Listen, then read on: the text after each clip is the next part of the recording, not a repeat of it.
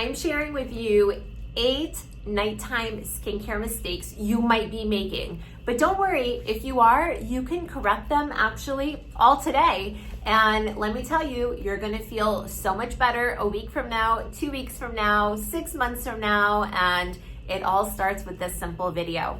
Hi, my name is Lauren O'Connell. I am a 42-year-old breast cancer survivor, and I'm also the beauty editor at Cosmopolitan Middle East magazine. I hesitated there for a second. I'm a mom of 2 teens living in Dubai, UAE. I've been here for 16 years. I'm originally from Milford, Connecticut, USA. And I just love skincare. I love skincare. I've always been a skincare fanatic. I have a background in the sciences, although I am now in the beauty industry. And today I'm just sharing with you some mistakes you might be making that a quick fix will change your skin. So number 1, don't ignore your face and your chest. A lot of women, I see it all the time on Instagram. There's a celebrity that lives here in Dubai. I know her. I'm not gonna say her name, but I can tell she only takes care of her face, and her neck and her chest just give it all away. There's so much damage. There's so much sun damage. There's a lot of crepiness, a lot of wrinkles, and she's only applying the products probably to her jawline. So when you do your skincare, an easy rule is to go from the nipples up. Treat your nipples up like your face. So I'm talking your chest, the tops of your breasts, your neck, and your face. Put your skincare products on all of these areas, and you are just going to literally look like you're aging backwards. Number 2, change your pillowcase. Change your pillowcase often. Best to do it every single night, but if you could do it every other night, that's okay too. And when you're sleeping, it's best to sleep on silk. This is a slip silk pillowcase. I tried to do a little steaming on it before this video, but it's a great pillowcase. I also love that it has a zipper, so it really just keeps my pillow inside. It's by the brand Slip, and it's wonderful on the skin. It's not going to cause the creasing. It's not going to cause any sort of exacerbation of fine lines and wrinkles. It's a very nice surface for your skin to be connected to. And remember, when you sleep, you sweat, you have your skincare on, there's a lot going on, so that pillowcase can get dirty. You would never put a dirty makeup brush, dirty sponge, dirty towel on your face, so don't put a dirty pillowcase on your face either. This is not cruelty-free, and I do try to lead as much as possible a cruelty-free lifestyle. If you are not into using silk, you can opt for satin or just a really soft cotton. Do what you can, but the pillowcase, at least changing it on a nightly or every other night basis, will do wonders for your complexion. Number 3, when you're applying your skincare products, apply them onto damp skin. For your serums, when you're putting them on, if the skin's a little damp, it's going to help those ingredients, the serums, to penetrate deeper into the skin. And if your skin is dry, there's going to be poor absorption. You're just not gonna get the most for your money. And why spend money on these products if you're not gonna get maximum benefits from them? So just have that skin be a little damp, not dripping wet, just damp. And when you apply them, try to tap them into the skin as opposed to just rubbing them on the surface of the skin. Sometimes I forget these rules too, but when I remind myself, I do tap it in, and I always just say something nice to myself. I just posted actually a TikTok of some beautiful affirmations to say while you're doing your skincare, but you could be something as simple as, I am worthy of love and respect. And I just tell myself these things, and honestly, speak positively to yourself, reframe how you speak to yourself, and you're just gonna be glowing from the inside out. All right, what are we on? 4, over-exfoliating. Don't do too much to your skin. Now, if you do too much exfoliation, you're really going to be stripping that skin barrier, which is sort of like if you had an army, you'd be taking away so many of the soldiers in the front lines. You want to keep your barrier nice, strong, protected. Too much exfoliation is going to really weaken it. And a weakened skin barrier is going to look older. It's going to be more prone to fine lines and wrinkles, more prone to breakouts, all of those types of things. And also a lot more redness, sensitivity, and flaking. Now, when you use your exfoliators, you never, ever use physical exfoliators. Do you remember St. Ives in that peachy color, what was it, like a jar? Oh my gosh, this is so 90s. I loved skincare products in the 90s, and God only knows what we were putting on our faces. But those scrubs, any type of scrub exfoliator, don't put it on your face, your neck, your chest. Honestly, if you still have some, I would say use it maybe on the bottoms of your feet and then never, ever repurchase. You want to use a chemical exfoliator. This is sort of the new generation of exfoliators. I love the Sunday Riley lactic acid. I'll have everything linked down below. Just know that if you purchase from any of the links, I will receive a small commission. This lactic acid serum, you use it at night. Always make sure to use your SPF during the day. But what it's going to do while you're sleeping is it's going to unglue the dead skin on the surface of your face. And that dead skin is going to slough off, and just beautiful new skin is revealed underneath. With consistent use, you are going to look like you're aging backwards. And this has a secondary benefit of adding more moisture to the skin, really keeping that moisture in the skin.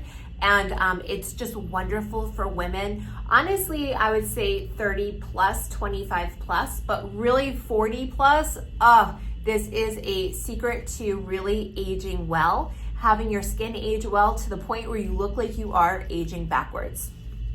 Now, number 5, skipping moisturizer. Don't skip moisturizer if you have oily skin. You still need to moisturize your skin. The oil on your face does not count as moisturizer. And actually, if you have oily skin, you don't use moisturizer, and you let your skin kind of dry out, that's gonna send a signal for your skin to start producing even more oil. So you have to use a moisturizer. If you don't want to use something heavy, I don't blame you. A really great one, and unfortunately I don't have it with me, I just bought some more today though. It's the Aveeno Gel Moisturizer, Calm Gel Moisturizer. It's by Aveeno and it is amazing. I will have that link down below for you. And if you have, if your skin is like mine, if it's more on the dry side, I am just loving this Summer Fridays Rich Cushion Cream. It's just such a luxurious, nice, thick cream, but it has great viscosity. It spreads so well, and I use it both morning and night on my face. I tend to, I kind of hop between moisturizers. This is my current favorite, but this is one that I actually already have repurchased again because I have turned my office into a YouTube studio, and then I also keep one in my bathroom. So I just did a few big orders today. I just, you know, you gotta buy these things. And this was one of the ones that I repurchased. And you know, even as though I'm a beauty editor and I have a lot of beauty content online, you don't just constantly get free things from brands. Maybe sometimes they'll send you their latest product or send you something, but if you like it, you have to repurchase it yourself, which is a normal thing to do. So even with the products, everything I'm showing you, I have purchased myself. So I get the prices, I'm in the same boat, and sometimes I tell myself, okay, I'm just gonna have cereal for dinner so I can afford my skincare. All right, so moving on, the next one is you have to double cleanse. This goes back to your money, actually, saving your money. And why would you buy these serums and these products if you're not actually going to have your face perfectly clean to accept all these wonderful ingredients? So at night, even if you didn't wear makeup during the day, you only had your skincare on, you still need to double cleanse. That means the first step is with an oil-based cleanser, and this is going to dissolve all the impurities on your skin. This is gonna just lift up the makeup, the skincare, the SPF, the dirt, the grime, the pollution, whatever got on your face. and it's going to begin to lift it up, dissolve it, and you're gonna wash it all off with a water-based cleanser. This is step number 2. This is by The Ordinary. This is the Squalane Cleanser. It is so luxuriously gentle, soft, and wonderful on the skin. My teen daughter uses both of these as well. This is her combo, and it's pretty pocket friendly. These are price points for these are phenomenal. So this is my duo. You must do this to really get everything off your skin. So at nighttime, when you put all that skincare on, you're getting maximum benefits from your products. And in the morning, I only do a single cleanse with The Ordinary Squalane Cleanser. But at night, at the end of the night, my skin gets that double cleanse. And was that all of them? No, you don't want to use too many. This is number 8, I believe. Yes, no, this is number 7, sorry. I'm kind of skipping around here. So you don't want to use too many harsh actives at once. And I have my notepad. I always have my notepad. You know how I am with my videos. I love writing everything down, and I just do it so I don't miss anything. There's nothing worse than creating a video and thinking, oh my gosh, I forgot to mention these points about this product.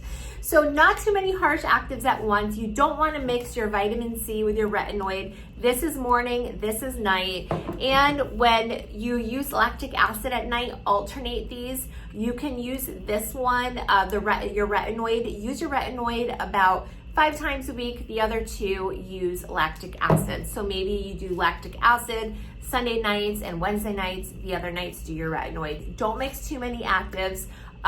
It will just cause a lot of irritation on your skin. It would kind of be like if you go to the gym the first time and you try to lift a 200-pound weight. You don't do that. It just is not going to work out. It's not going to be pretty. And lastly, ditch that fragrance and the pro-drying alcohols in your products. These are your enemies. And you know, sometimes with the alcohol, you can argue, well, you know, it's just a drop, but set some boundaries, and not just with your skincare, but also with every aspect of your life. Why not? This is your life. You set your boundaries. One of my skincare boundaries is I will not use any products that have alcohol in the ingredients label. This gets a little bit confusing because there are fatty alcohols, which are wonderful. They're so nourishing to the skin. But the pro-drying alcohols, they look like denatured alcohol, or they'll say alcohol denat.